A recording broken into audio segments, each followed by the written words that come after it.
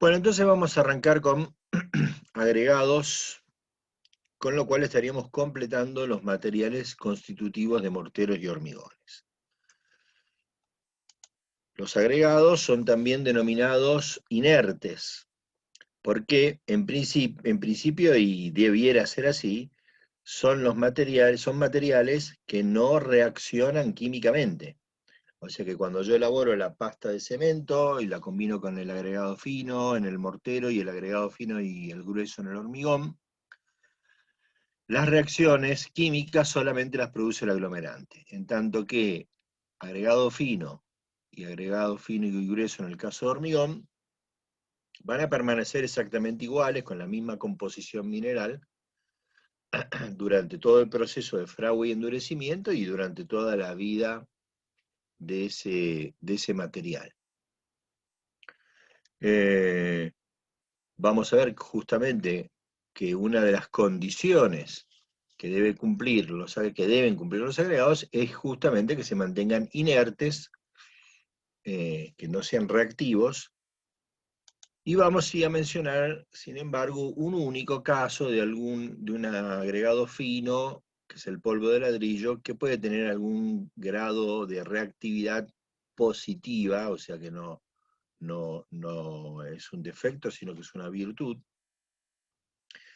pero que es muy baja esa reactividad y aparte que es un material que se utiliza bastante poco en la actualidad. Bien, pero en principio entonces hablamos de inertes, de materiales que no tienen reacción, y entonces uno plantea cuál es el objeto de la presencia de arena, de agregado fino, en un mortero, y de agregado fino y grueso en un hormigón. Hay varios aspectos, o por lo menos vamos a mencionar tres, dos de los cuales son los principales. Uno es una función, el primero, el que figura también primero en la placa, es una función tecnológica, es decir, que es requerida la presencia de los agregados para que funcione correctamente el material, al menos en aquellos aglomerantes que sufren contracción de fragua. De los que vimos, ¿cuál es el que no sufre contracción de fragua? ¿Cuál es el que al fraguar se expande? El yeso. El yeso, muy bien. Por eso el yeso podía usarse, de hecho se hace así, la capa final de terminación del enlucido fino de yeso, es una capa elaborada con yeso, agua y eventualmente un poco de cemento para mejorar la resistencia, pero sin arena. Lo cual permite también que tenga una textura más lisa de esa capa de terminación. ¿Pero por qué se puede hacer? Porque se expande. ¿Qué pasa con los otros aglomerantes, las cales, el cemento y el cemento de albañilería, si no pusiera el agregado? Pues que la contracción de fragua que sufren estos aglomerantes sería muy grande y las fisuras que se producirían por contracción de fragua disgregarían, romperían el material y el material no serviría como tal. Dejaría de ser un elemento único monolítico, esa capa de revoque o ese material de arciento de un muro de ladrillos, o, peor todavía, ese hormigón estructural.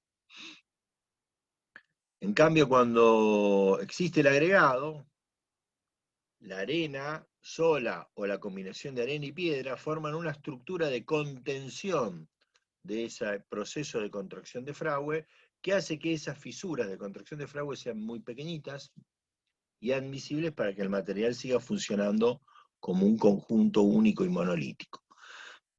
Por esa misma razón, vamos a ver también, y tiene que ver con lo que está abajo el último punto también, es bueno que no solo que haya en un hormigón piedra y arena, sino que haya distintos tamaños de partícula, en finos y en gruesos, para que esa estructura sea una estructura donde haya menos espacios vacíos y más control de esta contracción de fragua. Y la menor presencia de espacios vacíos de poro hace también que yo pueda tener un hormigón más compacto y por lo tanto un hormigón más resistente, que sería el punto que está marcado como tercero abajo. También hay otra razón económica, y es la que con la arena y con la piedra ocupo, con la arena en el caso del mortero, o con la arena y la piedra en el caso del hormigón, ocupo una buena parte del volumen, la mayor parte del volumen de la mezcla y del material una vez fraguado y endurecido, con un material más económico que la pasta, básicamente más económico que el aglomerante. ¿Mm? A pesar de que cada vez también tienen mayor costo por una cuestión de cada vez mayor escasez en la explotación de los yacimientos, de los agregados finos y gruesos.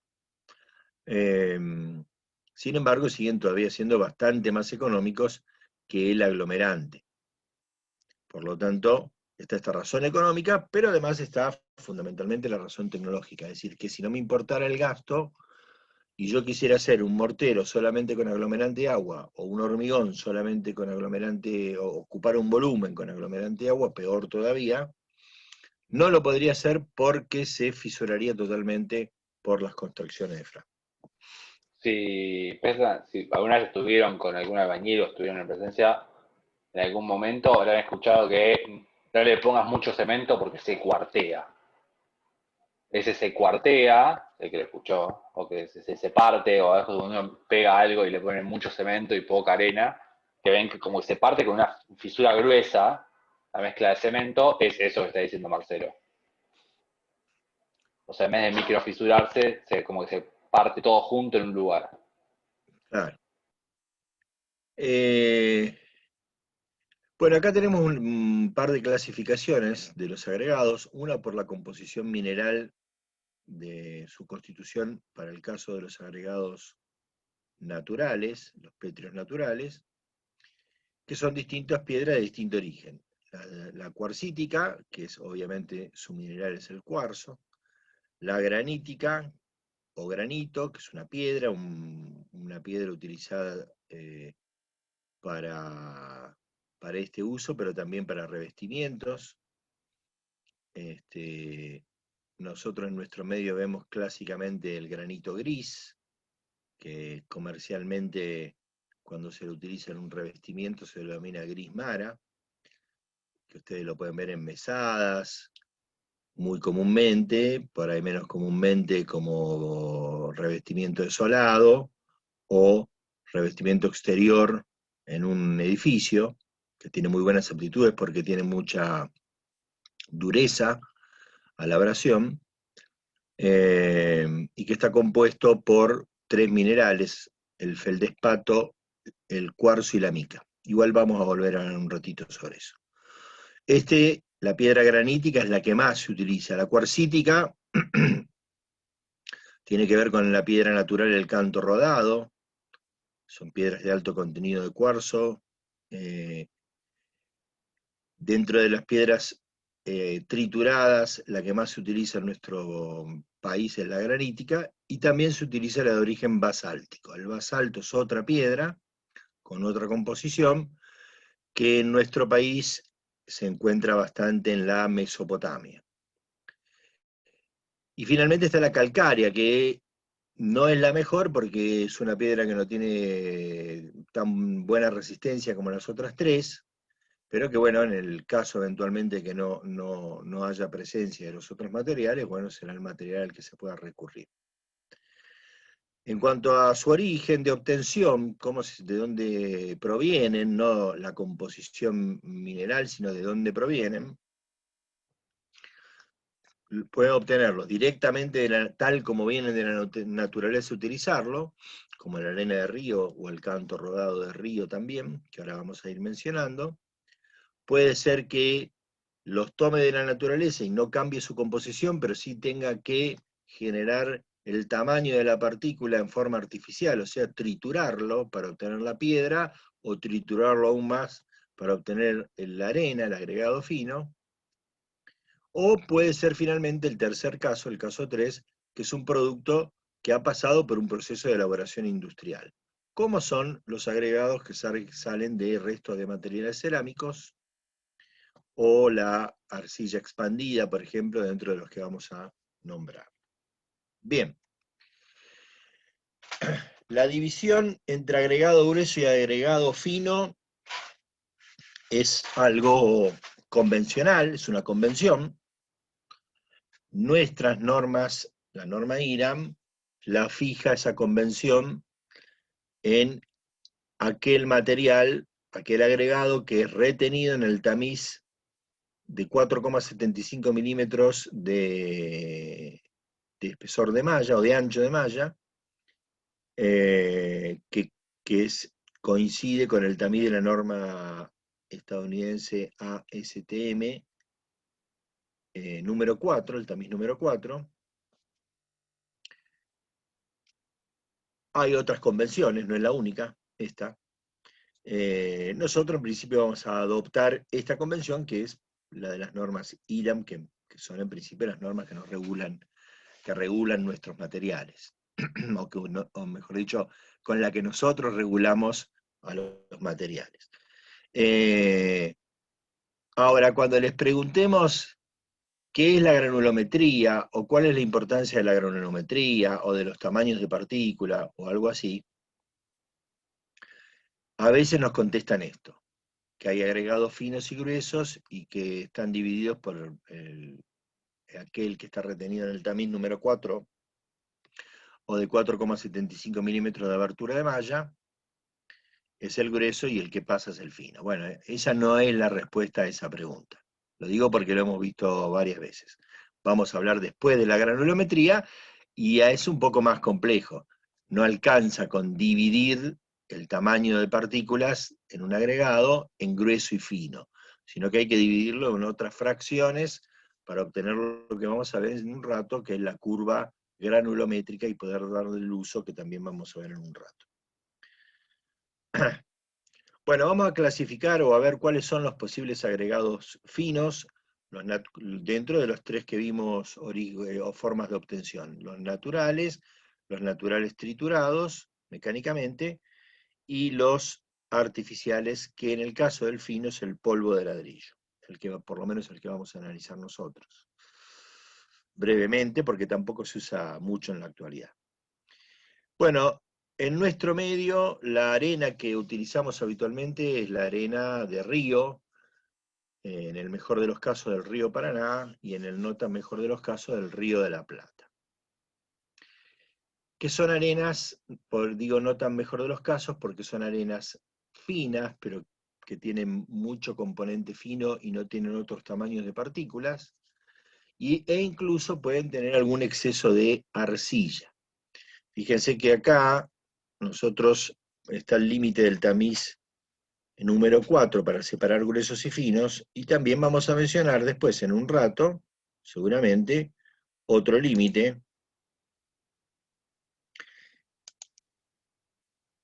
que sería lo que define la arena. La arena queda retenida en el tamiz de 74 micrones. No tengo para poner la letra mu que representan los micrones acá, o también llamado número 200, que es la numeración que corresponde a las ASTM. Lo que está por debajo de ese tamiz, también lo vamos a ver cuando hablemos del suelo, son limos y arcillas. Genéricamente podemos llamarlo arcillas, que son partículas ya muy finas, estamos hablando de menos de 1/10 de milímetros. Recordemos que ya lo dijimos el otro día, que el micrón es la milésima parte del milímetro.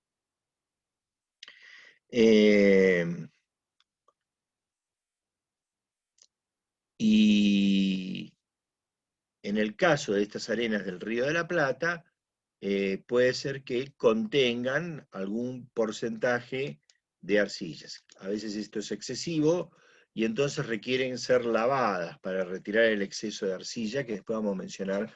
Cuando es excesiva, se convierte en una impureza no deseada en la arena. Voy a hacer un dibujito para explicar un poquito el porqué de esto de nuestras arenas, de la característica de la arena del Río de la Plata. A ver si más o menos sale. supongamos que esto es la costa de Entre Ríos. Acá está la... Me salió medio fulera esa, esperen que la vamos a cambiar. Acá la costa de la provincia de Buenos Aires, en la bahía de San Borombón, por ahí más o menos. Y acá la costa de la República Oriental del Uruguay. ¿Mm? Acá a la izquierda tengo el río Paraná. Paraná, que en realidad tiene dos brazos, que vienen separados de más al norte, el río Paraná-Guazú, que es el que estoy dibujando ahora, y el brazo principal, que es el que dibujé antes, que es el Paraná de Las Palmas. Y acá está el río Uruguay. Uruguay, muy bien. Y ambos desembocan en el río de la Plata. Y se frenan contra el mar, ¿no? Por acá más o menos, entre la península Punta Indio, al final de la bahía de San Borombón y Punta del Este, está el límite del exterior del río de la Plata, donde se encuentra con el mar. Bueno, el río Uruguay es un río mucho más limpio que el río de la Plata, con el que arrastra mucho, el río Paraná, perdón, que arrastra mucho menos sedimento, y la corriente de agua sobre la costa uruguaya es una corriente más rápida en el río de la Plata. En tanto que el río Paraná es más lento, la corriente acá, no el río, la corriente en el río de la Plata es más lenta del lado del río Paraná, por un lado, y por el otro, el río Paraná arrastra ya desde el norte sedimentos, esperen, arrastra sedimentos, ¿sí? Que le dan ese color medio amarronado, rojizo que tiene el Paraná y que se lo transmite también al río de la Plata. El río Paraná es más caudaloso que el río Uruguay, ¿no? Tiene un caudal, digamos que el agua del río de la Plata tiene una porción mucho más importante proveniente del Paraná que del Uruguay. Y el Paraná ya arrastra sedimentos desde el norte. El río Bermejo, que está ahí en la provincia, bordeando la provincia de Formosa, se llama así justamente porque ya el propio río Bermejo trae muchos sedimentos, de Misiones también viene mucho arrastre de suelo arcilloso por el río Paraná, y entonces esas arcillas, entre que vienen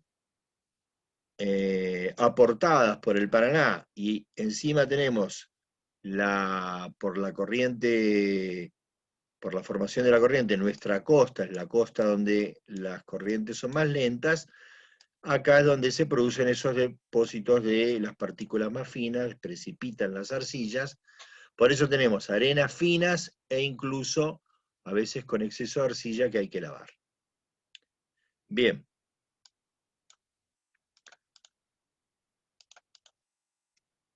Perdón. Bueno, ahí está, ahí vemos arena de río. También puede ser que tengamos arena natural de mar. La arena de mar no puede ser utilizada tal cual como se extrae de la costa, porque tiene exceso de sales. Y vamos a ver que una de las impurezas que no podemos tener en nuestros agregados, particularmente en las arenas, son las sales, el cloruro de sodio en este caso que viene en la sal del mar. Este cloruro de sodio puede generar manchas, eflorescencias, y además, si tengo una estructura de hormigón armado y hay alguna presencia de humedad próxima a la armadura, el cloruro de sodio va a acelerar todos los procesos de corrosión que puedan estar generándose en esa armadura. En principio, cubierta por la pasta de cemento, no tendría que haber corrosión, pero si hay algún punto donde puede haber algo de corrosión, la presencia de cloruro de sodio va a acelerar la corrosión porque las sales aceleran el proceso electroquímico de la corrosión, que ya veremos cuando hablemos de metales. La arena de médano es la misma que la del mar, pero se fue acumulando un poco más lejos de la costa con el tiempo. Y entonces, ¿qué le pasó? Pasó que pasaron muchas lluvias y las lluvias fueron lavando un poco ese contenido de sal. Salvo la capa superficial de arena, que es la que está en contacto con el aire, el ambiente, donde también se siguen acumulando sales.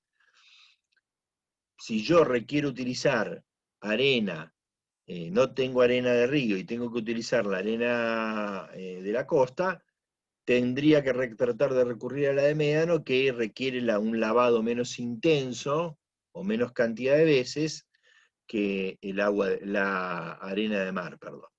Otro problema que pueden tener en este caso ambas arenas es la presencia excesiva de restos de conchillas, de restos de los caparazones de los moluscos, que son un material calcáreo muy blando, por lo menos muy blando para este uso, y digamos que no es recomendable su presencia en general en el agregado, y no lo puedo utilizar si voy a usar un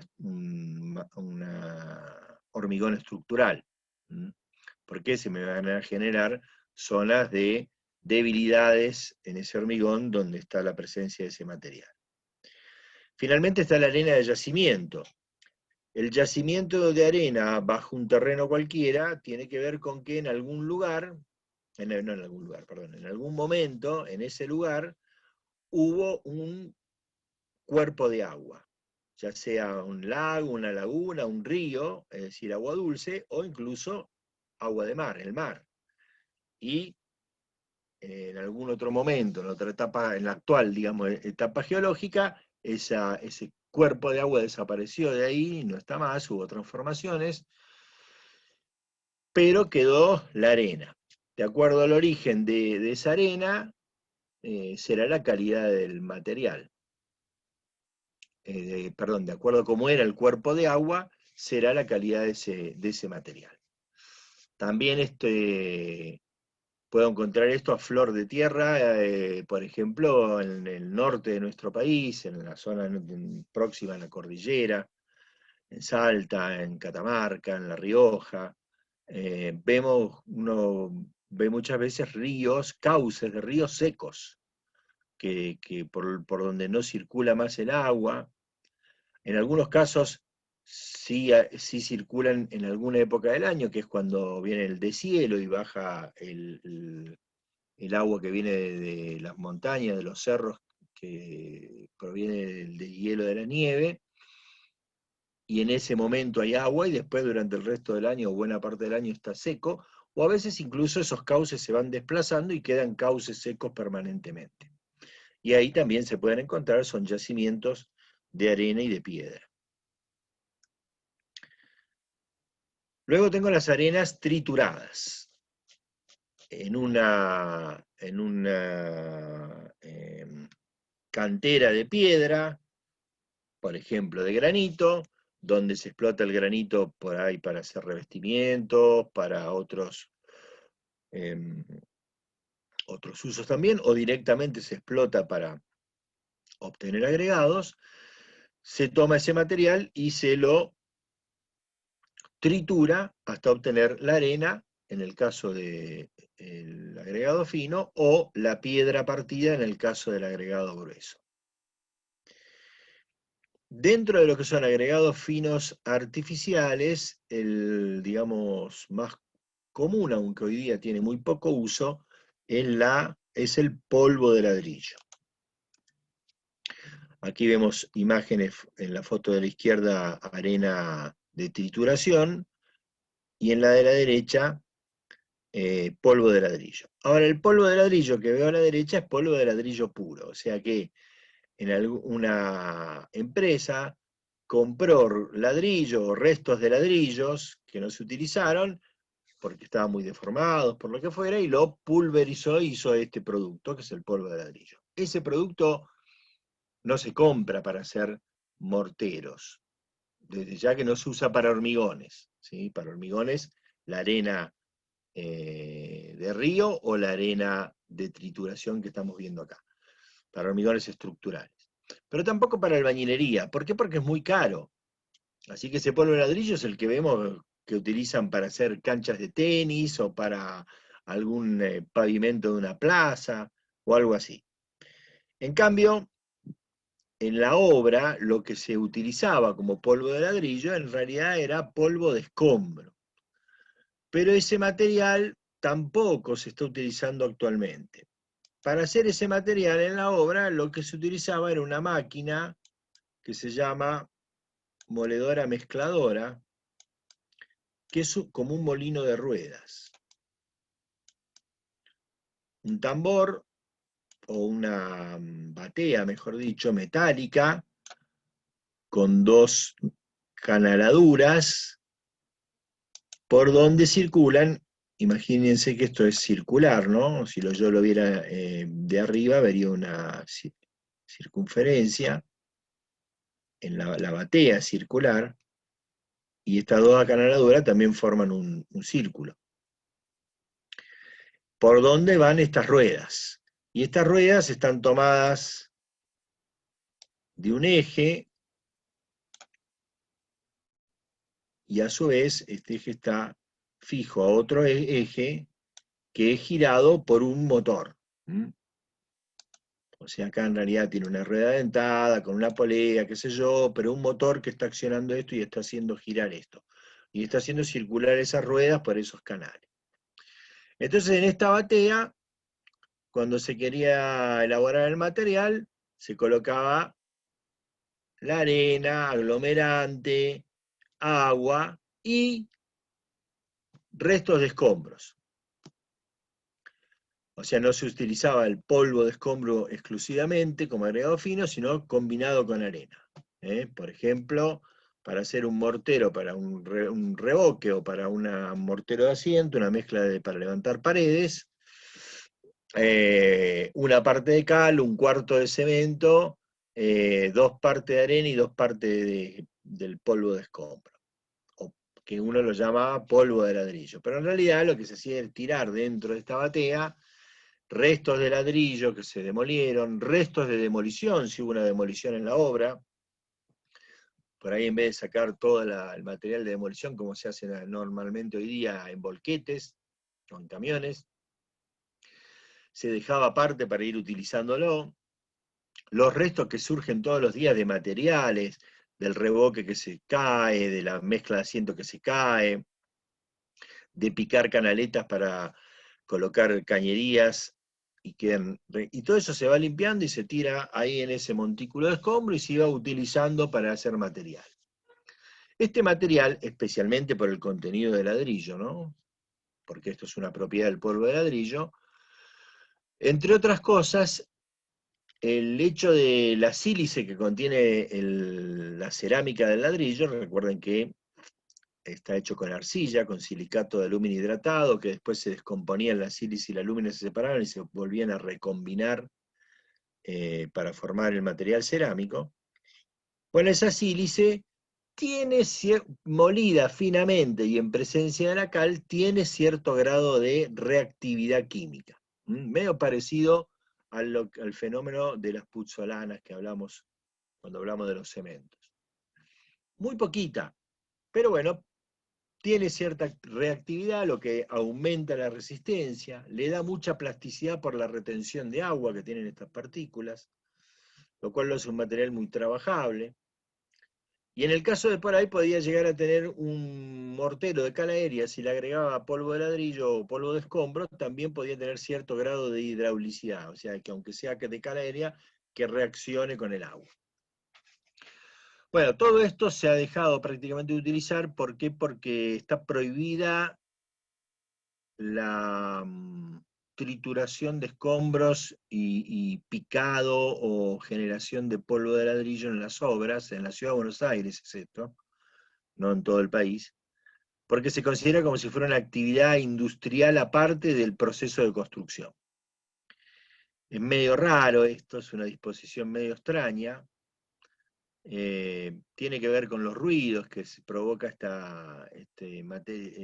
especialmente cuando se trata del picado de cascotes, pero la realidad es que los ruidos esos son ruidos, otro ruido más de todos los ruidos fuertes que se hacen en una obra.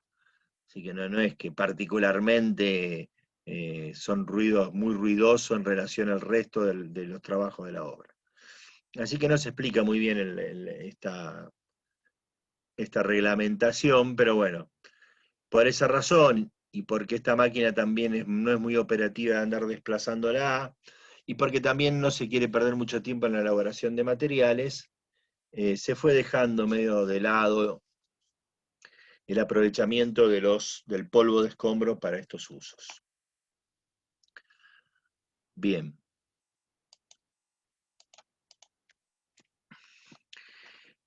Ahora vamos a los agregados gruesos, donde también tenemos naturales, triturados mecánicamente y artificiales.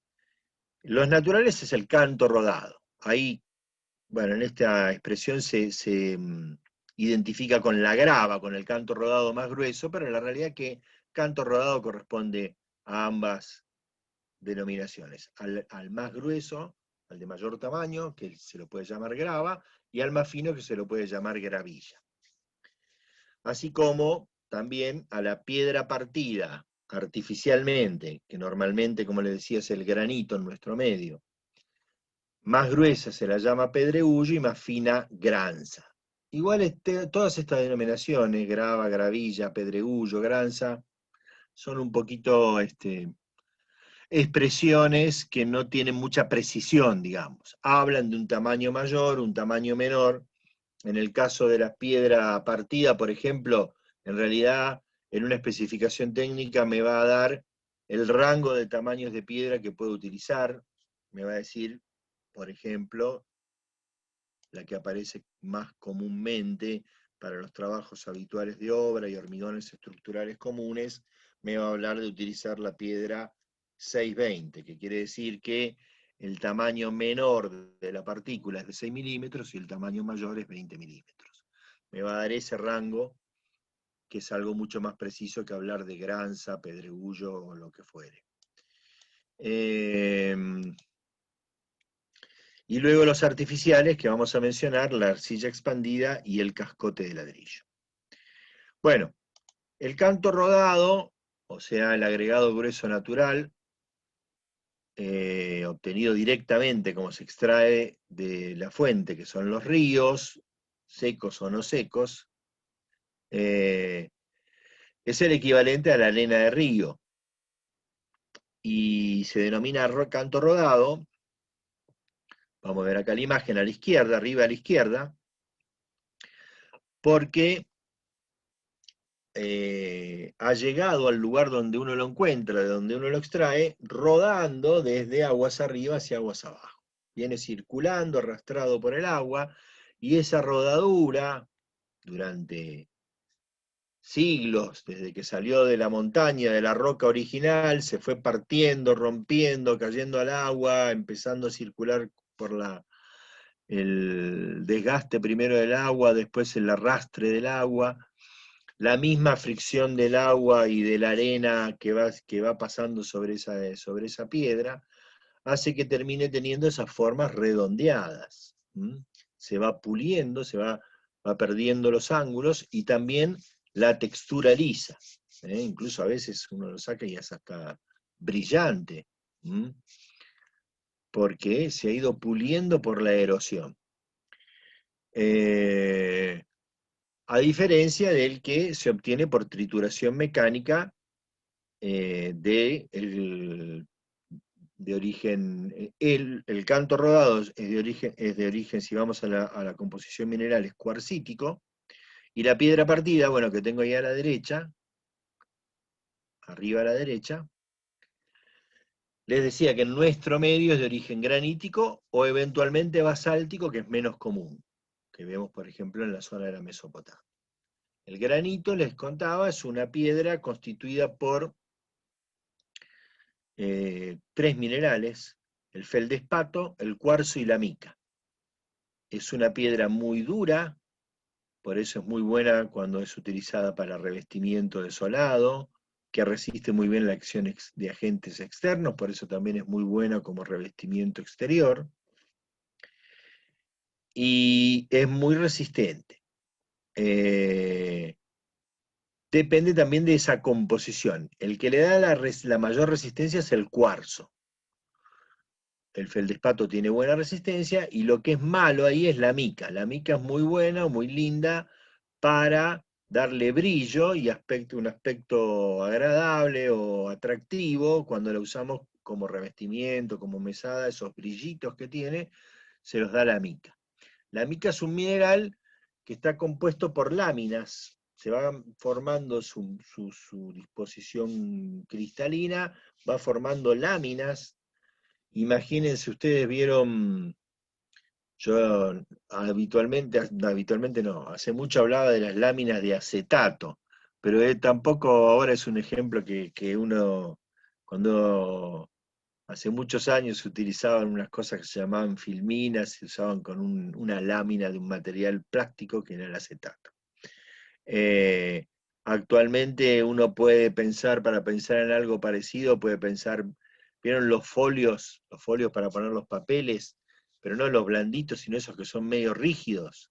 Bueno, uno podría pensar en un plástico, algo parecido a ese plástico medio rígido, finito, transparente, y un montón de láminas, unas adheridas unas sobre otras. Pero esa adherencia no es muy firme en la mica, y entonces es fácil que se desprendan esas láminas una respecto a la otra. Así que generan zonas débiles en el granito, y si encima hay mica que está más o menos, las partículas están más o menos alineadas, se pueden generar planos de rotura de la piedra. Por eso no es bueno que tenga mucha mica para este tipo de uso. Y luego tenemos los agregados gruesos artificiales. El cascote, que proviene de restos de ladrillo. Se puede sacar de obra. Ya les dije que hoy por hoy en la ciudad de Buenos Aires al menos está prohibido molerlo, o si no hay que hacerlo de contrabando. Pero en el caso del cascote sí se justifica comprar cascote. O sea, tiene un costo, pero se justifica para usarlo como agregado grueso, para hacer un hormigón de relleno, porque es más barato que la piedra y que el canto rodado, y es mejor que la piedra y el canto rodado para ese uso. ¿Por qué? Porque me va a dar un relleno más liviano por el contenido de aire que tiene el material cerámico, y a su vez por eso mismo, como vamos a ver cuando veamos aislantes, un material mejor aislante térmico. Puedo tener un relleno con estas piedras que me mejoran la aislación térmica. Y esto puede ser particularmente interesante cuando tengo que hacer un relleno grueso, por ejemplo en una cubierta. A ver, vamos a ver si podemos hacer un dibujito.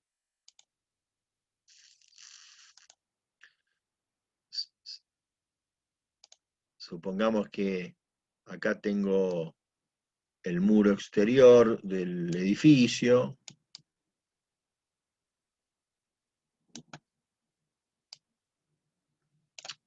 Acá tengo la losa de hormigón que cierra la cubierta, la parte superior del edificio.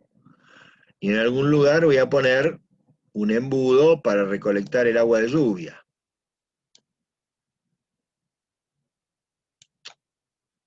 Disculpen que me quedó medio el embudo ahí.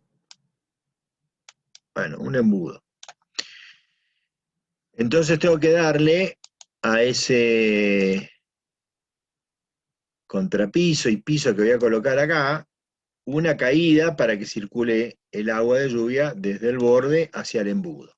Con lo cual ahí en las azoteas se generan a veces rellenos grandes. Entonces, puede ser importante en un relleno como esos ponerle un agregado que me lo haga más liviano y mejor aislante térmico para que funcione mejor esa cubierta. Estas cualidades que se les da el cascote a los contrapisos, a estos rellenos, se ven en mayor grado todavía con el uso de la arcilla expandida. La arcilla expandida es un producto que por ahí alguno de ustedes conoce con otro nombre, que es el de una marca que había de arcilla expandida, que es Leca. Por ahí alguno escuchó hablar de Leca. Es un producto que se hace haciendo una pasta de arcilla con agua, un barro bastante fluido, y se le incorpora el agua de esa mezcla, y se lo mezcla y se lo agite también para formar mejor, un agente espumígeno, algo similar al incorporador de aire que vimos la semana pasada como aditivo. Pero acá se generan burbujas más grandes, no microburbujas como el incorporador de aire, sino burbujas, muchas burbujas más grandes. Y en esa condición, cuando están formada toda esa espuma con la arcilla, se mete en un horno, y entonces el aire se expande, se seca la capa de arcilla exterior y se forman estas piedritas que parecen una especie de chisito de arcilla, muy liviano, con puro aire adentro, ¿sí? Así que es muy buen aislante térmico y muy liviano. Incluso a veces en rellenos grandes se hace una capa de leca de arcilla expandida suelta, colocada ahí, compactada un poquito, mucho no se puede compactar esto, acomodada más que compactada, y arriba se le pone otra capa mezclada con aglomerante y agua, y arena. Y se hace como un hormigoncito con la última capa. Y eso me genera una muy buena aislación térmica y liviano. Pero la arcilla expandida ya sí es bastante más cara que el cascote. En algún momento se admitía la arcilla expandida para hormigones estructurales, pero dado que los hormigones estructurales de hoy día, comparado con esto que estoy hablando yo, que es hace unos no menos de 30 años, son mucho más resistentes, y por lo tanto hoy día no tiene la posibilidad este material de cumplir con la condición de resistencia que ahora vamos a mencionar.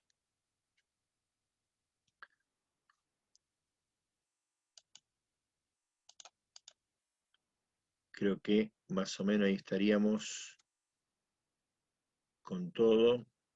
Sí. Bueno, y justamente ahora vamos a empezar a hablar de las condiciones que tienen que cumplir los agregados, pensando más que nada su uso. Es válido esto para cualquier uso, pero pensando más que nada en su uso para hormigones estructurales. La condición inicial, la número 1, o las condiciones número 1, de resistencia, dureza y durabilidad, tienen que ver fundamentalmente con el agregado grueso, con la piedra para hormigón estructural, que recién dije que no se usaba la leca. Hoy por hoy hormigón estructural es canto rodado o piedra partida como agregados gruesos, ¿sí? No hay otros.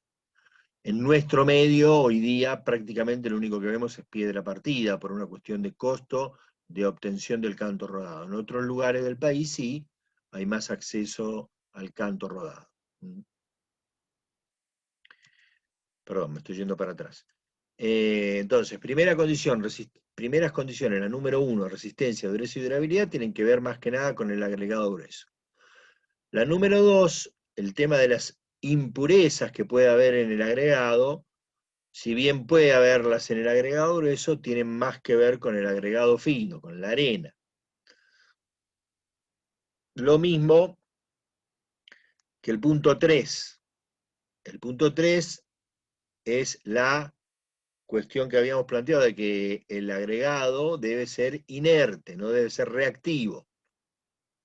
Fundamentalmente aquí tiene que ver esto con la reacción álcali-agregado, que ya contamos bastante la semana pasada. Ahora vamos a repasar un poquito lo que hablamos la semana pasada cuando hablamos de los cementos resistentes a la reacción álcali-agregado. Tiene que ver más que nada con el agregado fino también. El punto 4 tiene que ver con ambos tipos de agregado, con el grueso y con el fino, que son las condiciones que imponen la granulometría, eso es para los dos tipos de agregado, y la forma y textura del grano, de la partícula, que tiene que ver, vale para los dos, pero tiene más que nada su importancia está con el agregado grueso.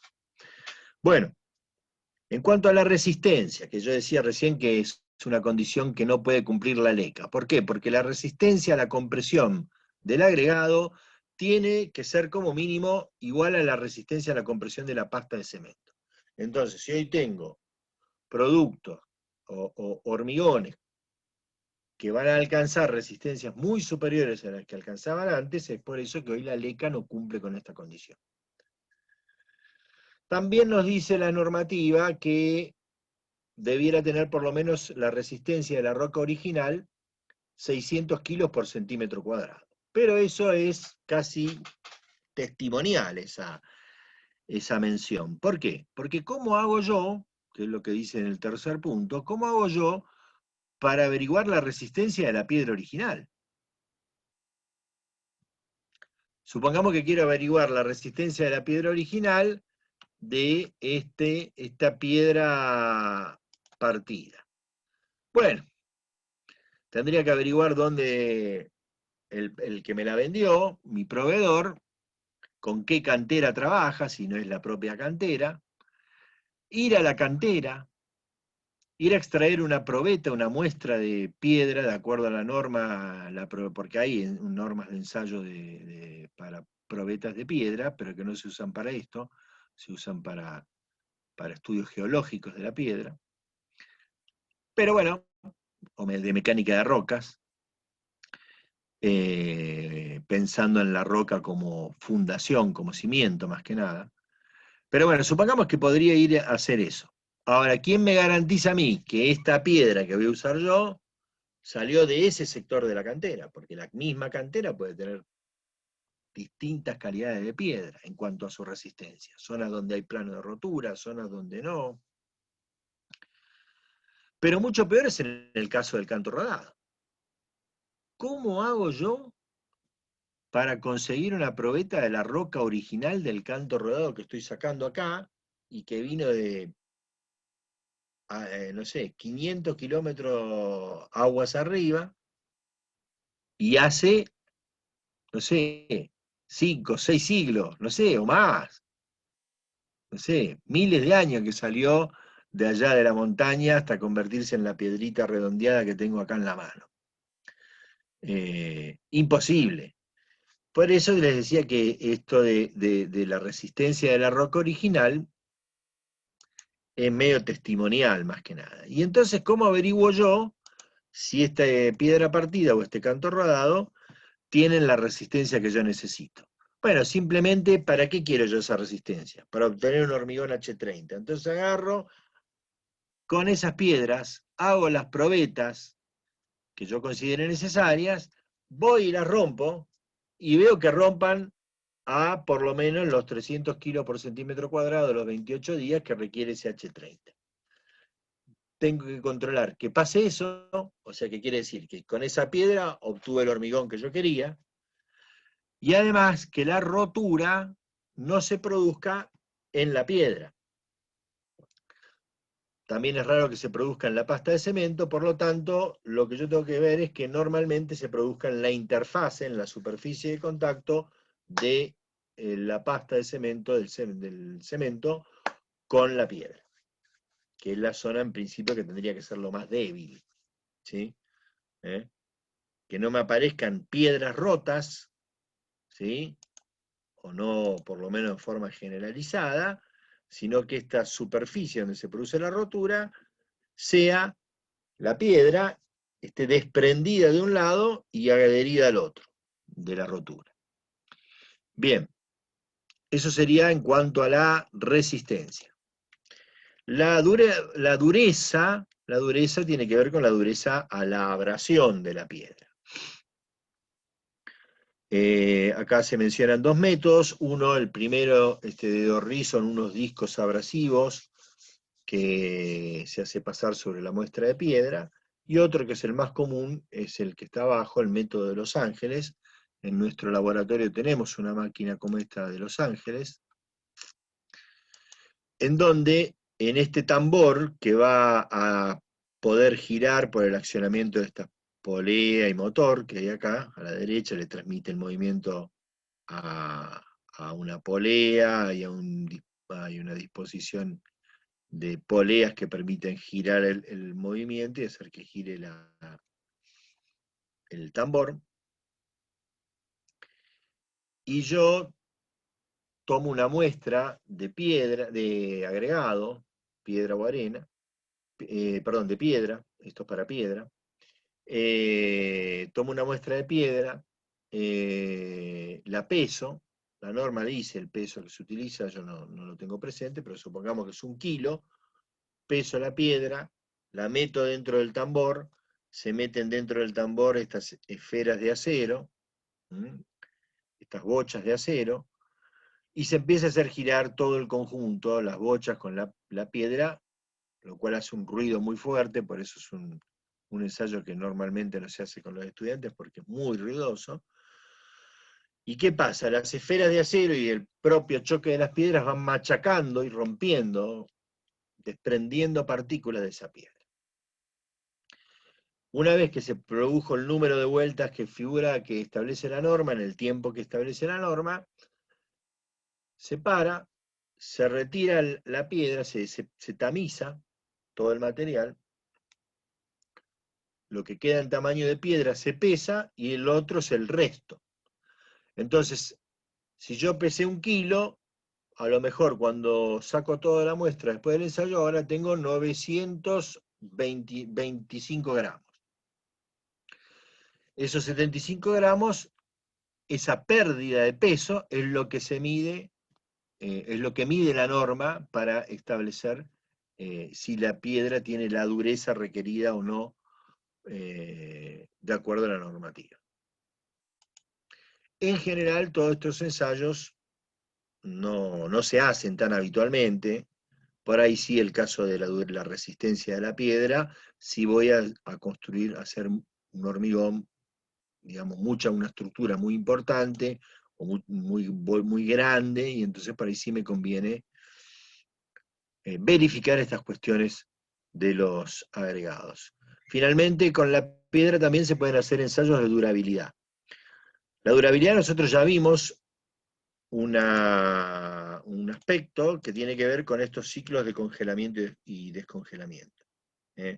Así como vimos que para el hormigón, por eso era que usábamos el incorporador de aire, estos ciclos de congelamiento y descongelamiento pueden ir fracturando el hormigón porque se mete el agua en las fisuras. Cuando se baja la temperatura por debajo de 0 grados, se congela y se expande.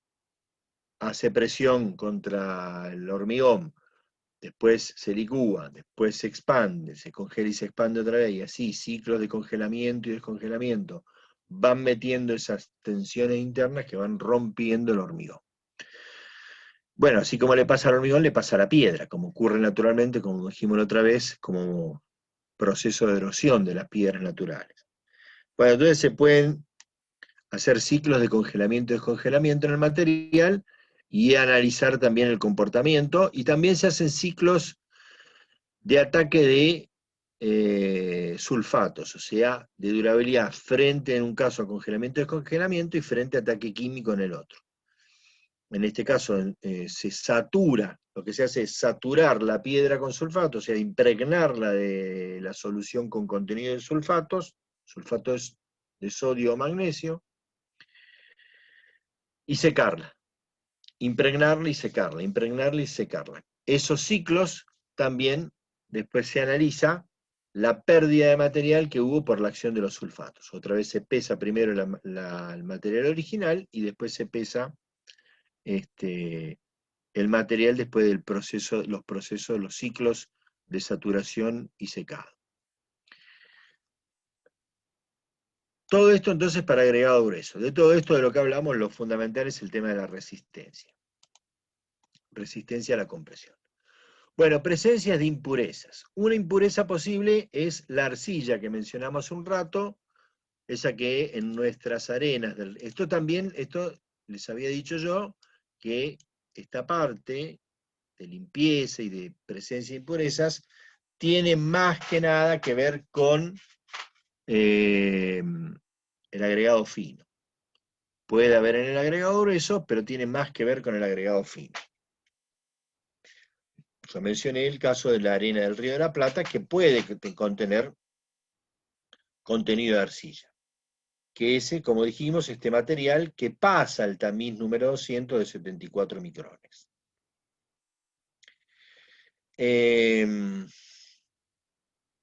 Acá están las limitaciones que puede contener el agregado grueso y el agregado fino de arcillas. En el primer caso, estructura sometida a desgaste, como podría ser un pavimento, o un hormigón a la vista, en un edificio elevado, donde también está el desgaste, la erosión eólica, o una estructura no sometida a desgaste, como puede ser una estructura de hormigón de un edificio cubierta, donde digamos que admite un mayor contenido. Estos contenidos de arcilla, 1%, 3% y 5%, son respecto al peso total de la arena, o del agregado, mejor dicho.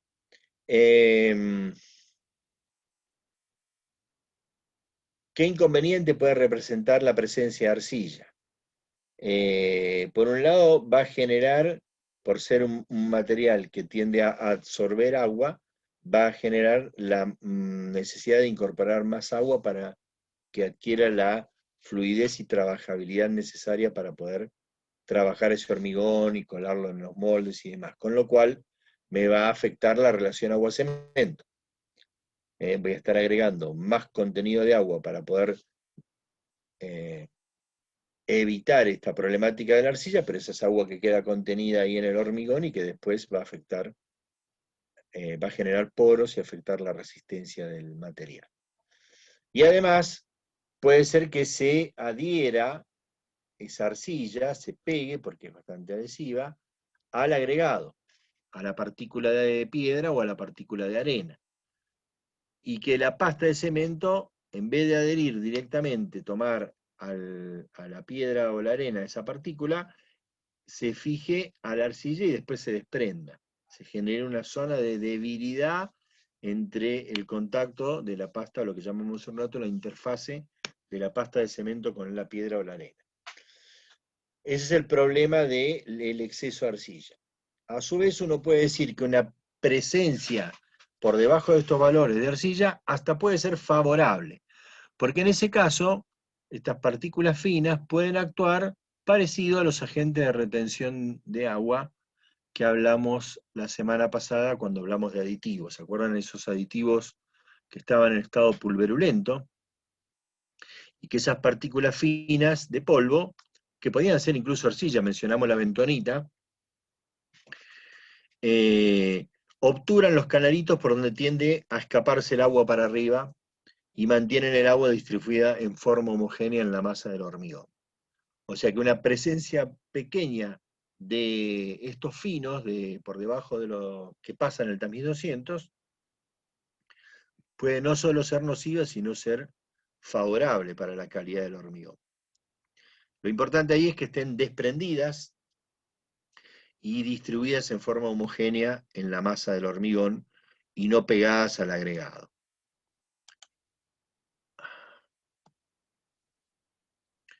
También podría ser que la arcilla esté formando terrones, o sea que esté no las partículas sueltas de arcilla, sino apelmazadas formando pequeños terrones. No estoy hablando de un pedazo, que también viene un pedazo de tosca ahí metido dentro del hormigón, de arcilla ahí compactada, sino estoy hablando de pequeños terrones, y esos terrones sí van a generar zonas de debilidad en la masa del hormigón. Si se disgregara el terrón, bueno, en definitiva funciona como lo que vimos recién, como la arcilla en estado de polvo. Pero si no se disgregan, pueden generar zonas de rotura en el hormigón, la presencia de estas particulitas de pequeños conglomerados de arcilla que serían los terrones.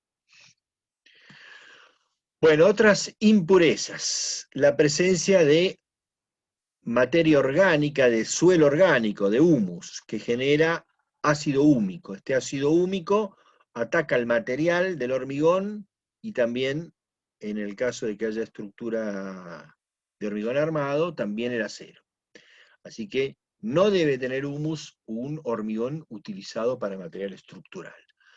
Puede tener algo de humus, un material, un agregado que no va a tener uso para hormigón estructural, sino para trabajos de albañilería. Para eso se hace el ensayo que figura acá, que es el ensayo de colorimetría, donde en una probeta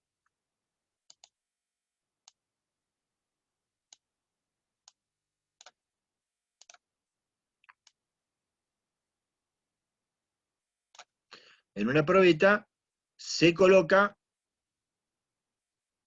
el agregado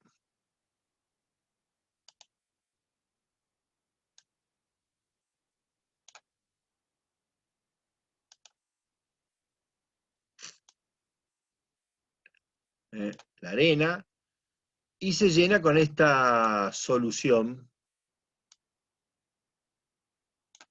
de hidróxido de sodio al 3% en agua. Y se agita. O sea que esa arena que veo ahí en el fondo se va a distribuir en toda, se agita eso y se va a distribuir en todo el fluido. Y se lo deja reposar durante 24 horas. La arena va a precipitar, y si al otro día yo veo que se ve el líquido incoloro, el agua, la solución en realidad, esa arena se puede utilizar para hormigón estructural. No delata presencia de humus. Si en cambio veo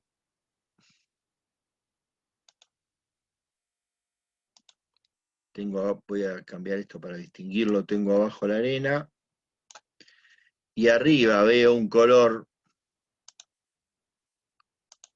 del agua medio amarillento, ese material, esa arena, se puede utilizar para trabajos de albañilería, pero no para estructuras de hormigón. O sea, para revoques, para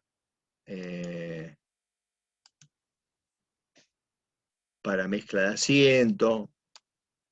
Si le veo ya un color más anaranjado, no lo puedo utilizar salvo para un relleno, para un contrapiso. Ahí todavía puede utilizarse. Y finalmente, si ya veo un color amarronado, entonces ahí directamente tengo que descartarlo por exceso de humus. Por eso se llama ensayo de colorimetría, o creo que tiene el mismo, no sé si era el mismo señor, pero creo que también se llama de Abrams, que es como el cono de Abrams que vimos el otro día, ¿no? Creo, por lo menos lo he visto con el mismo apellido. Desconozco si era el mismo señor o eran parientes, pero también se llama ensayo de Abrams este.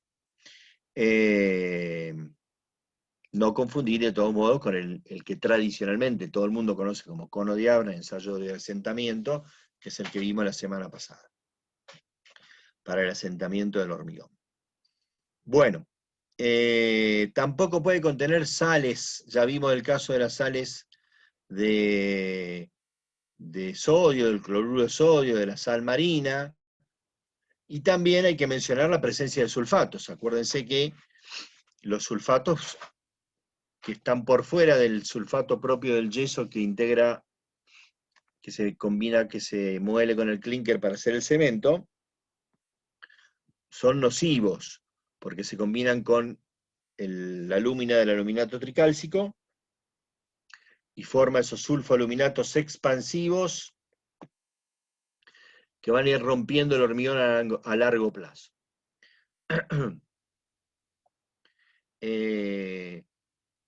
Y que si habíamos dicho que si yo iba a hormigonar en un terreno, o en contacto con agua, o con el agua de napa, o con un fluido porque estoy haciendo un conducto o un tanque que contiene sulfatos, tenía que recurrir a un cemento, según el contenido de sulfatos, de alta o de moderada resistencia a los sulfatos.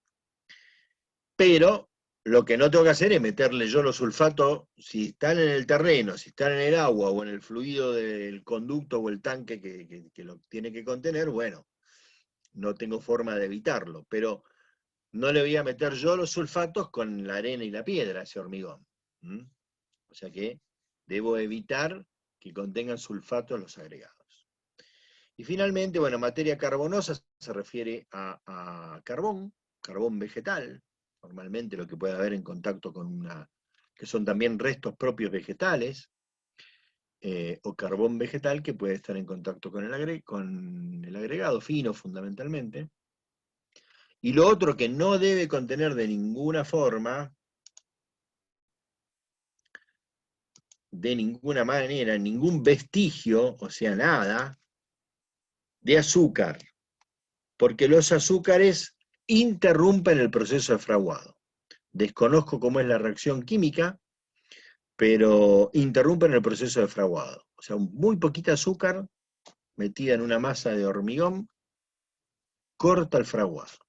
Con lo cual, indudablemente, la presencia de azúcares está totalmente rechazada. O sea que si hubo algún contacto con algún producto vegetal que contiene azúcares, que sería la forma en que podría estar en contacto con azúcares, ese agregado, esa arena, va a haber que descartar esa arena totalmente. Tiene que ser un hormigón light. Exacto, tiene que ser light el hormigón. Puede estar en contacto como con azulfame K, pero no con, no sé, pero azúcares seguro que no.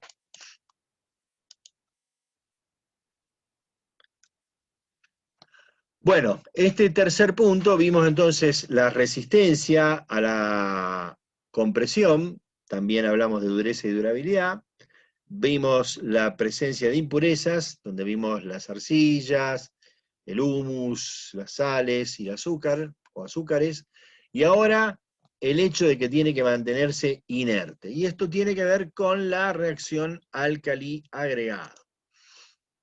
Recordemos que en esta reacción álcali-agregado, los álcalis provenían del cemento, ¿sí? Que eran estos compuestos, óxido de sodio o óxido de potasio, que pueden estar en el cemento. Y en el agregado puede haber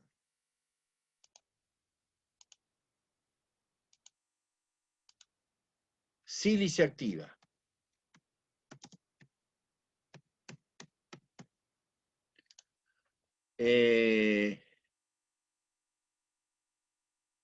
Y la reacción entre esos álcalis y esa sílice activa que puede haber en el agregado, esa reacción, esa que se combinan ambos, es la reacción álcali-agregado que generan compuestos expansivos, que se va hinchando y va rompiendo el hormigón a largo plazo.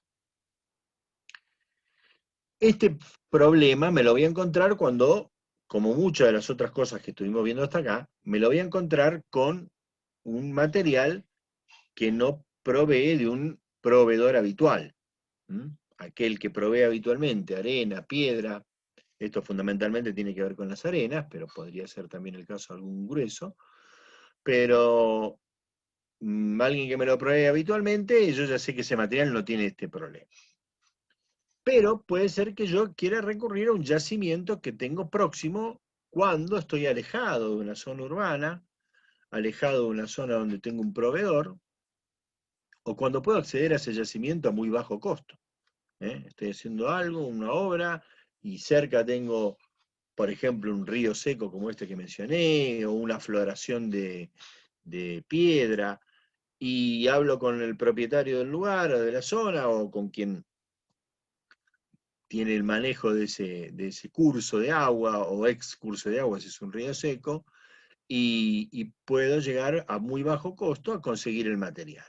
Pero resulta que no sé si tiene sílice activa, así que tengo una incertidumbre de que se pueda producir esta reacción. Bueno, fíjense que la reacción se mide, como está mencionado por acá, y después acá, cómo se puede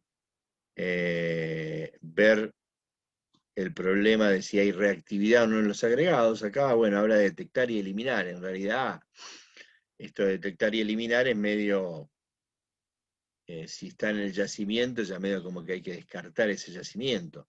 Es más bien detectar esto.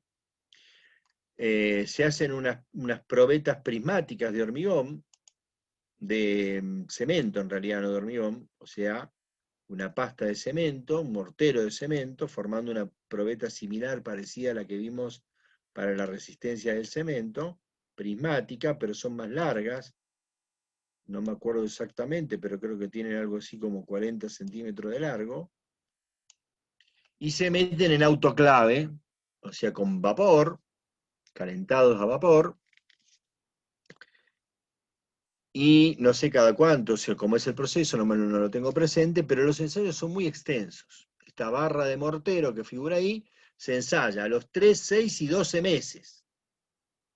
O sea, el autoclavado se produce a los 3 meses, a los 6 meses y a los 12 meses. Para ver, lo que se verifica ahí es la expansión de la barra, el aumento de volumen de la barra o de longitud de la barra. Y si no pasa determinados límites, esa expansión, quiere decir que no hay problema con ese agregado. Ahora, claro, no siempre, o mejor dicho, casi nunca, tengo 3, 6 y mucho menos 12 meses para esperar. Entonces, puede ser que a mí me digan, mi comitente, yo le digo, quiero utilizar este agregado, y me diga, mirá, vos podés usar ese agregado siempre que cumpla con los ensayos de expansión. A los 3, 6 y 12 meses. Bien. Ahora, si falla, si no cumple, no lo podés usar. Y si hiciste algo, lo tenés que demoler, porque no cumple. Y como yo no puedo esperar 12 meses, tengo que tomar alguna otra medida para ver si puedo utilizar ese material o no. Y acá serían los puntos B y C que se me propone. El B me dice lo siguiente. Algunas empresas dicen que me proveen un producto, un aditivo que agrego al agua de la mezcla, que inhibe la reacción álcali agregado. O sea, esa reacción que vimos recién, que va a generar compuestos expansivos entre el álcali y el agregado, entre el álcali del cemento y la sílice activa, la va a inhibir esa reacción, este aditivo. Yo siempre comparo esto con algo como que a mí me digan, mirá, acá tenés un plato con salsa de hongos. Es exquisita esta salsa de hongos. El único inconveniente menor que tiene este plato es que los hongos son venenosos. O sea que vos te comes esto, es riquísimo, y a los 10 minutos te agarra un ataque que si no te vas urgente al hospital, fuiste. Pero no te hagas problema, porque junto con el plato yo te proveo el antídoto. O sea que vos te comes ese plato de salsa de hongo que es exquisito, te tomás con el café, te tomás el antídoto y ya está, resuelto el asunto.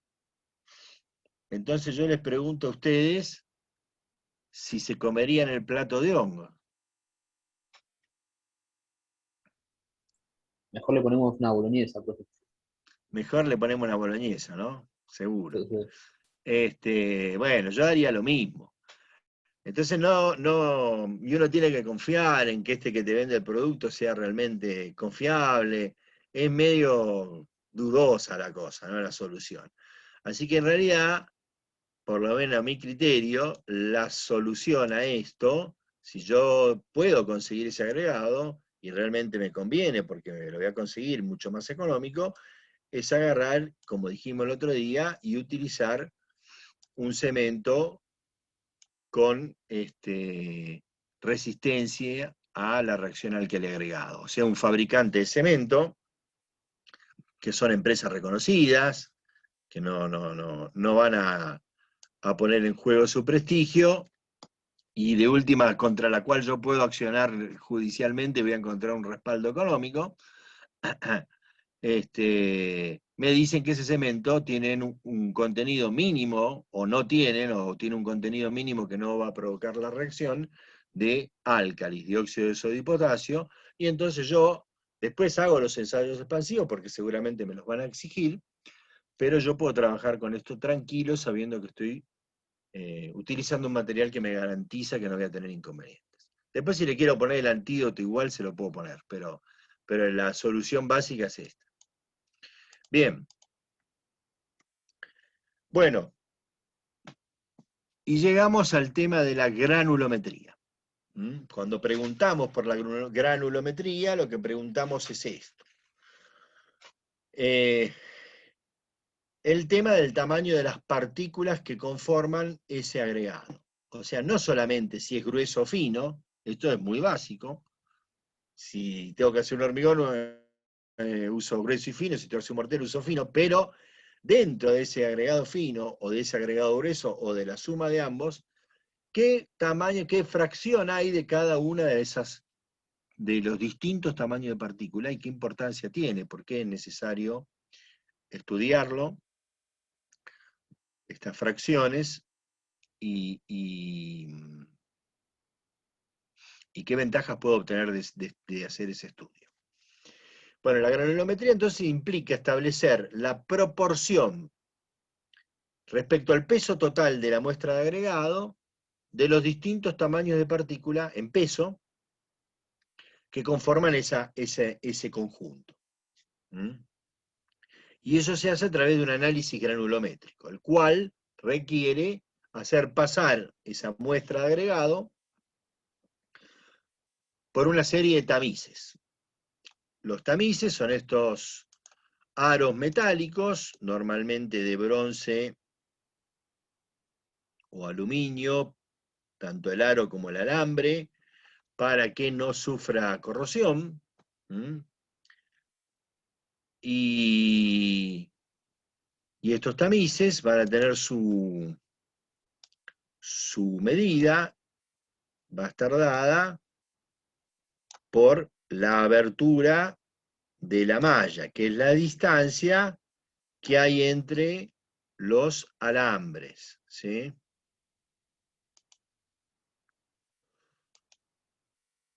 Esta distancia, perdón,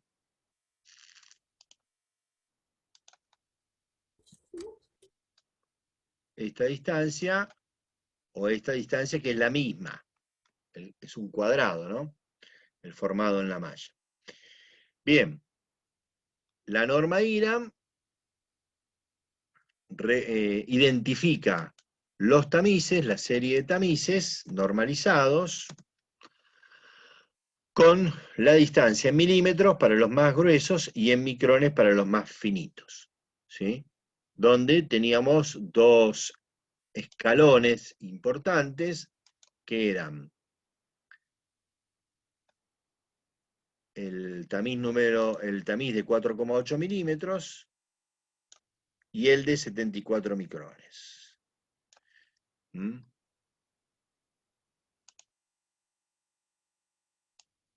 Lo que hay acá es agregado grueso,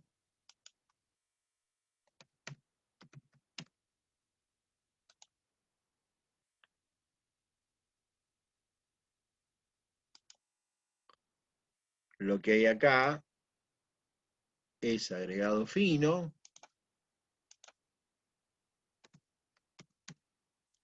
y por debajo pasando el tamiz número 200 o de 74 micrones, tengo limos y arcillas, las partículas finas, que mencionamos recién,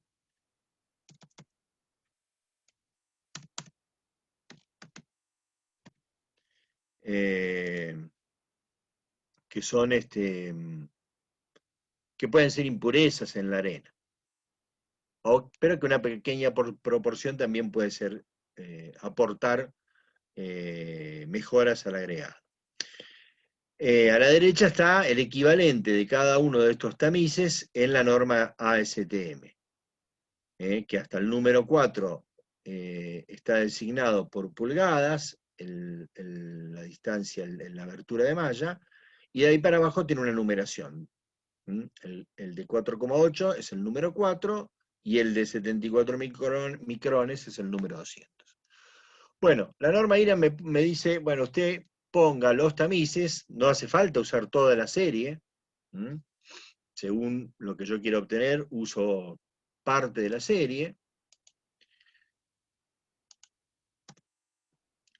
y pone la muestra, la pesa, primero normalmente, no normalmente, la normativa reclama, exige eso, que se caliente en estufa hasta que pierda toda la humedad, o sea, hasta peso constante, que se vaya evaporando toda la humedad. Recién cuando tengo peso constante, digo que esa muestra está en condiciones de ser utilizada.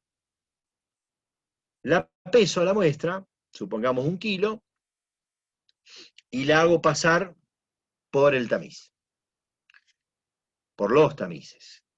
Con estas maquinitas que van haciendo vibrar el tamiz para que esto vaya moviéndose y pasando por ahí, quedando retenido cada tamaño de partícula en cada tamiz correspondiente.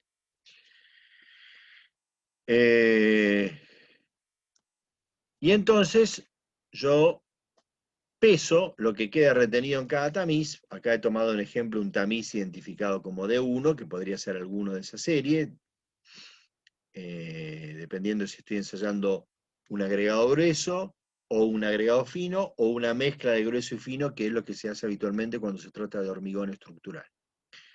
Bueno, un tamiz D1, D2, D3, D4, he considerado 4 tamices. Entonces acá, supongamos que quedó retenido el 12% de la muestra, si era 1 kilo, 120 gramos quedaron retenidos ahí, quiere decir que pasó el 88%, 880 gramos. Peso lo que quedó retenido en el tamiz de 2, 16%. Así que al 88 que pasó le resto 16, lo que pasó acá es 72% o 720 gramos. Peso lo que queda retenido en el tamiz D3, de diámetro de abertura de malla 3, 29% del total de la muestra. Es decir que del resto de esos 72, lo que pasa en ese tamiz es el 43%. En el tamiz D4 quedó retenido el 21%, restándoselo al 43%, lo que pasa al tamiz D4 es 22%, y abajo quedó un retenido final del 11% abajo de todo hay un recipiente con ciego, una tapa cerrada, que se llama cazoleta. Y ahora con esto puedo trazar mi curva granulométrica. O sea, este ensayo es el análisis granulométrico que me determinó la fracción en porcentaje en peso respecto al total de cada uno de los tamaños, en este caso, de los tamaños de 1, de 2, de 3 y de 4 de partículas. Y puedo graficar mi ensayo. Tengo un tamiz de 0 que pasó el 100%, lo tomo como inicio. Tengo un tamiz de 1 donde pasó el 88 y quedó retenido el 12. Tengo un tamiz de 2 donde pasó el 72, porque se grafica porcentaje que pasa respecto a la abertura del tamiz. Un tamiz de 2 donde pasó el 72%, un tamiz de 3 donde pasó el 43%, un tamiz de 4 donde pasó el 22%, y acá puedo llevarlo al 0 o puedo graficar el retenido final. Bueno, esta curva granulométrica, ¿para qué me sirve? Primero, para darme una idea de si tengo una buena o mala distribución de tamaños de partículas. Eso lo vamos a pensar un poquito después. Bueno, pensémoslo ahora. Vamos primero con esto y después vemos el uso práctico de la curva. ¿Qué me está diciendo? ¿Qué me están diciendo estas curvas? Me están explicando, me están diciendo si mi agregado tiene muchas partículas gruesas, muchas finas, o tiene una combinación de ambas. Acá tengo 3 casos, 2 extremos y el caso promedio. En el caso de la izquierda, es un caso extremo, donde en los distintos tamices prácticamente voy pasando tamiz por tamiz, pasa todo de largo. Quiere decir que hay mucha partícula fina en esa muestra, ya sea de agregado fino solo, de agregado grueso solo, o de mezcla de fino y grueso. Hay mucha partícula fina. En el del medio es al revés. De entrada queda retenido, ¿sí? El mayor porcentaje son partículas gruesas y poco fino. Y en el de la derecha, que es parecida a la curva de nuestro ensayo, tengo una distribución bastante heterogénea. O sea, hay mucha graduación de tamaños de partículas. Lo contrario, lo de la izquierda o el medio, es que es un tamaño uniforme. O son casi todas finas o son casi todas gruesas.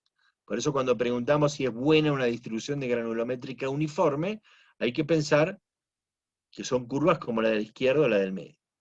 En cambio, graduada, bien graduada, es algo más parecido a lo de la derecha. ¿Qué pasa donde tengo solo partículas gruesas, la del medio? ¿Qué va a pasar?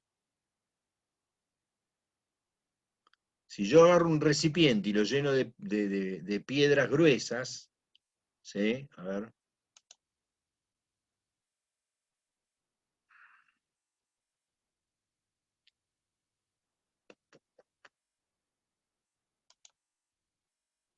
Supongamos que tengo acá un recipiente y lo lleno todo con piedras gruesas.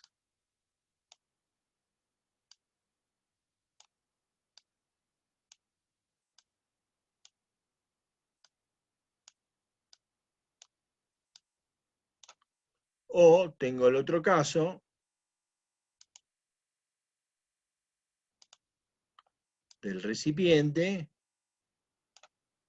que lo lleno todo con piedritas finas. Imagínense que esto que voy a dibujar yo acá está en todo el recipiente. Todas finitas. Y tengo el tercer caso,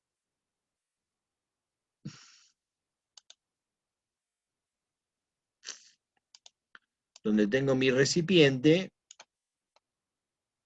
donde tengo distintos tamaños de partícula. Tengo gruesas,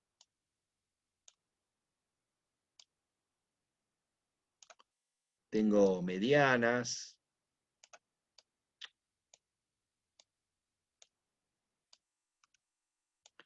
y tengo finas.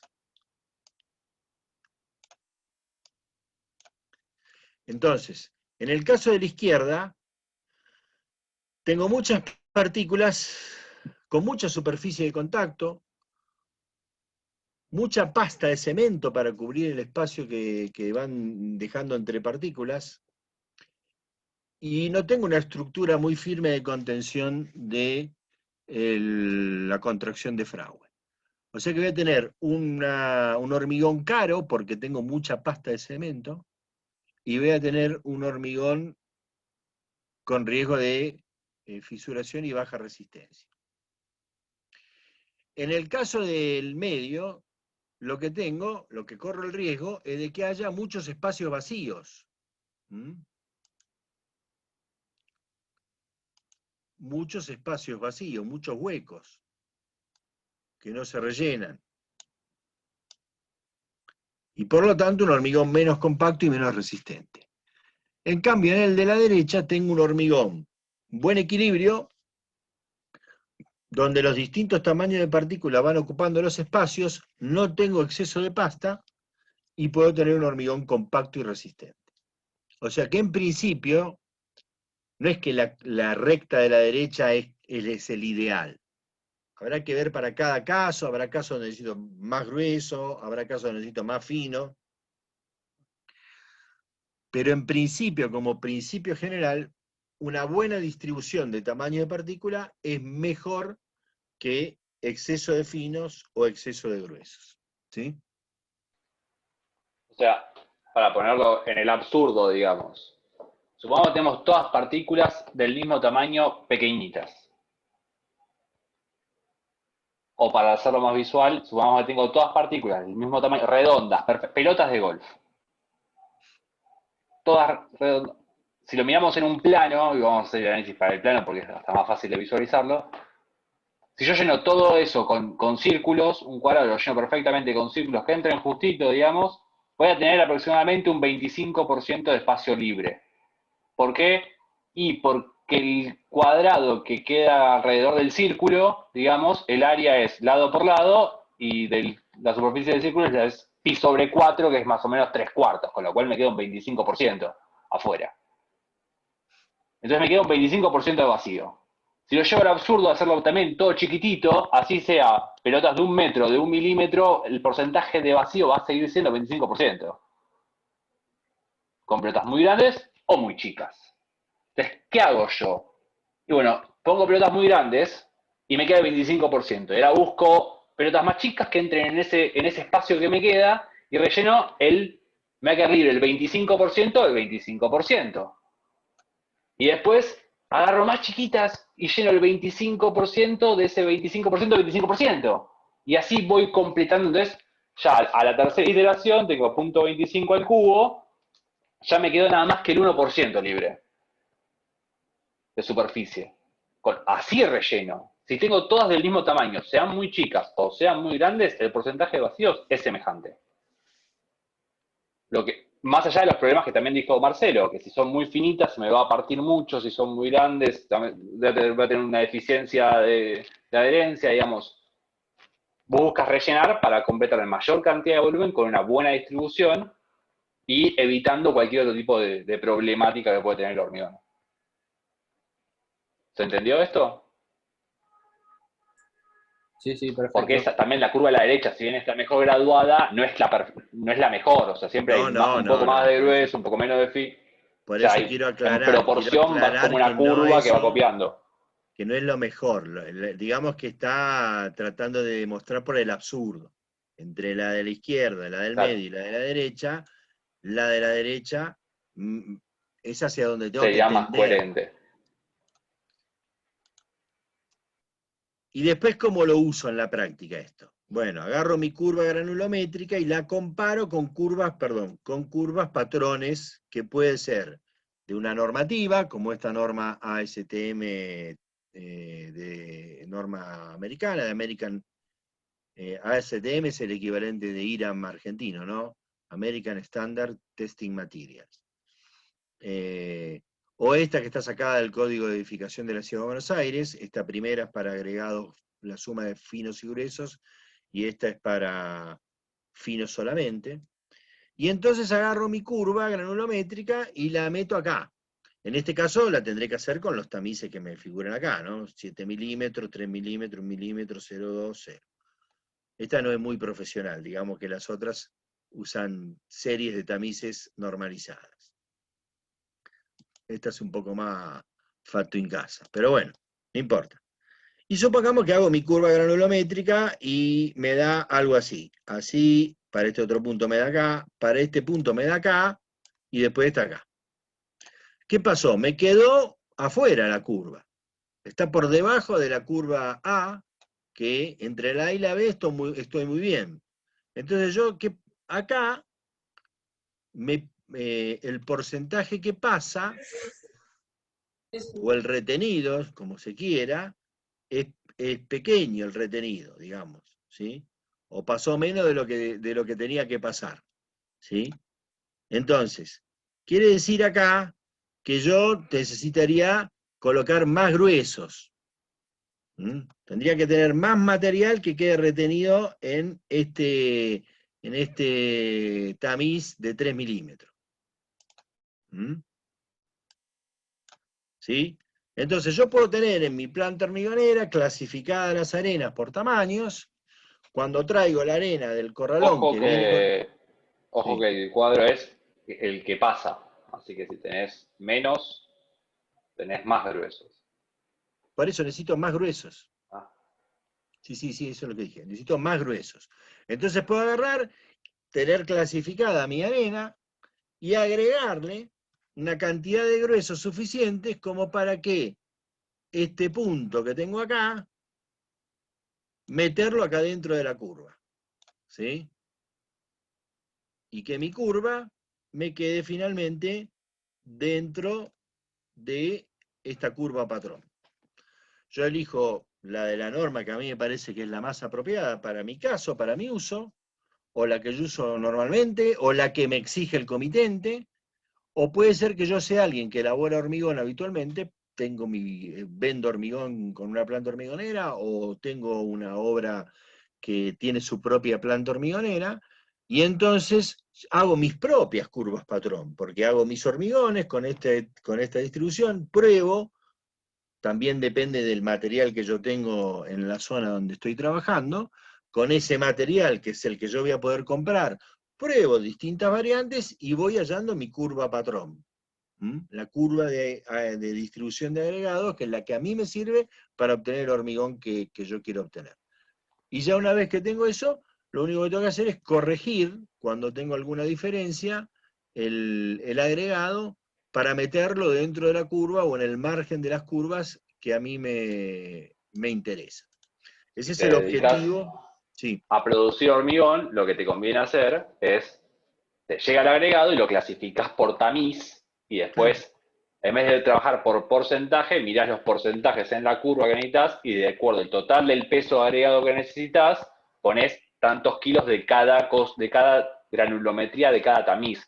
No es que volvés a tirar todo en la tolva y barajás ideas de nuevo y a ver, probemos con otra palada, a ver, no, agregás, No. yo sé que tengo que poner tantos kilos del agregado grueso, del agregado que quedó en este tamiz, tantos kilos de este, tantos kilos de este, mezclo todo, y no voy a la curva granulométrica. Yo ya puse tantos kilos de esto, de esto, de esto y de esto. Ya sé que estoy Ya está. repitiendo siempre la misma curva que yo elegí como curva de trabajo.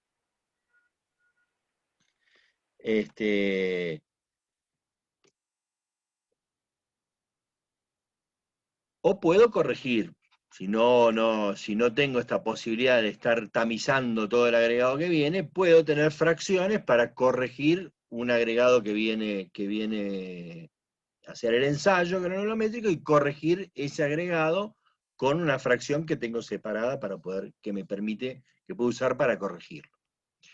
Bien, eso en cuanto a la granulometría. Así que cuando le preguntamos por la granulometría, hay bastante más para decir que el tamiz número 4 separa grueso y fino, que era lo que les comenté hoy hace un rato.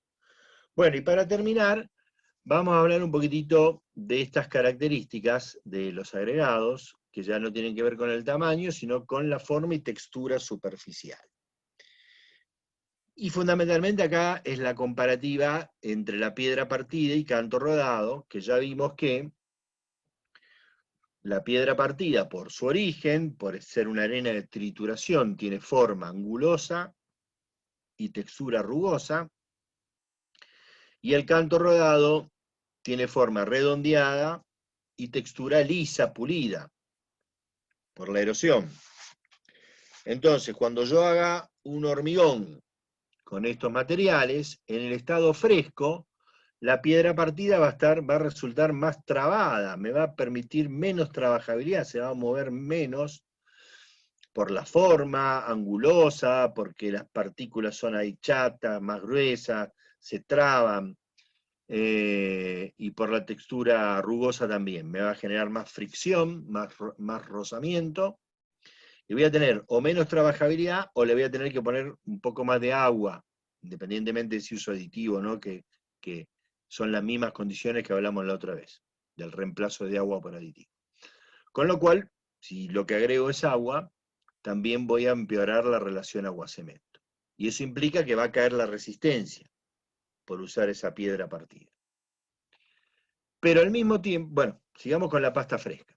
En cambio en la otra, que es más lisa y redondeada, se mueve mejor, hay menos rozamiento, y por lo tanto no tengo que modificar, no tengo que agregarle más agua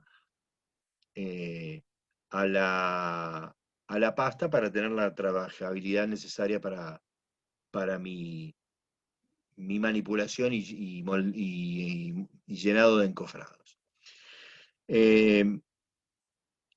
Ahora, una vez que endurece el hormigón, que ya está el hormigón endurecido, cuando yo voy a ir a hacer el ensayo de resistencia, este que vimos, la rotura de la probeta, me voy a encontrar con que, como es más rugosa la piedra partida, adhirió mejor.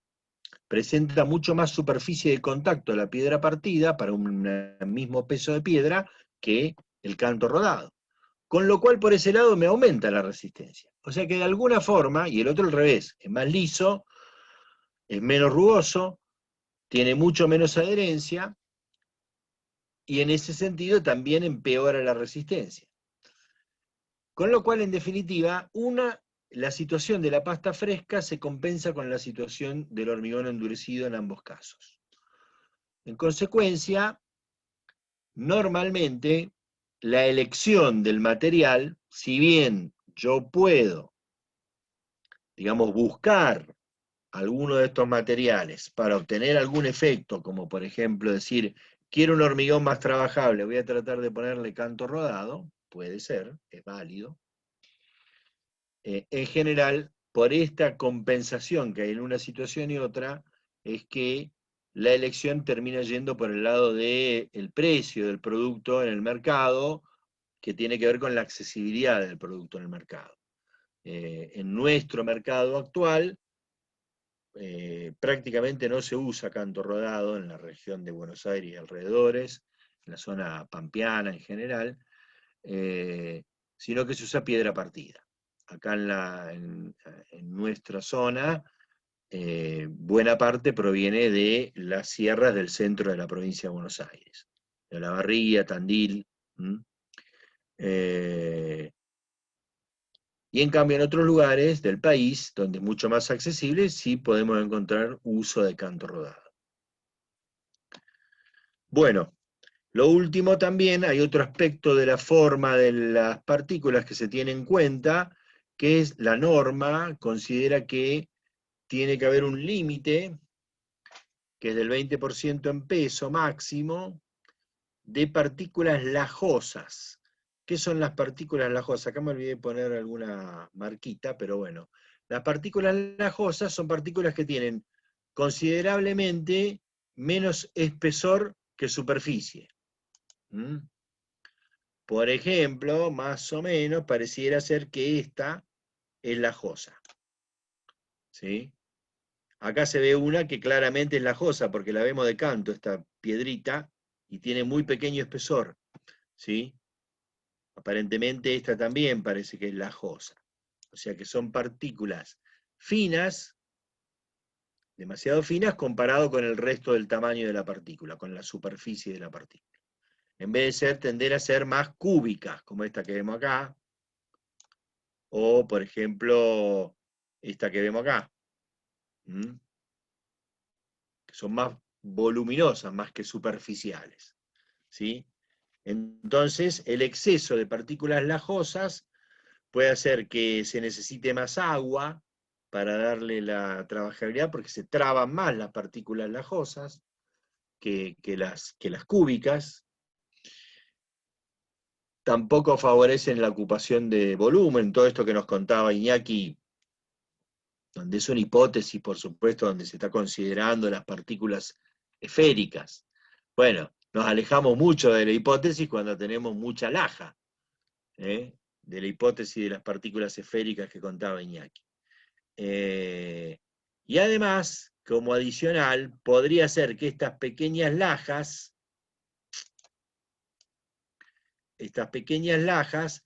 si justo se disponen los planos que forman la superficie en una misma línea en esa masa de hormigón, pueden generar un plano de debilidad, un plano de rotura por ahí, ¿sí?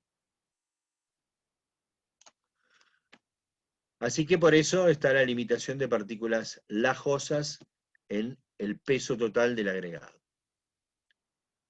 Bueno, y ahora sí, con esto terminamos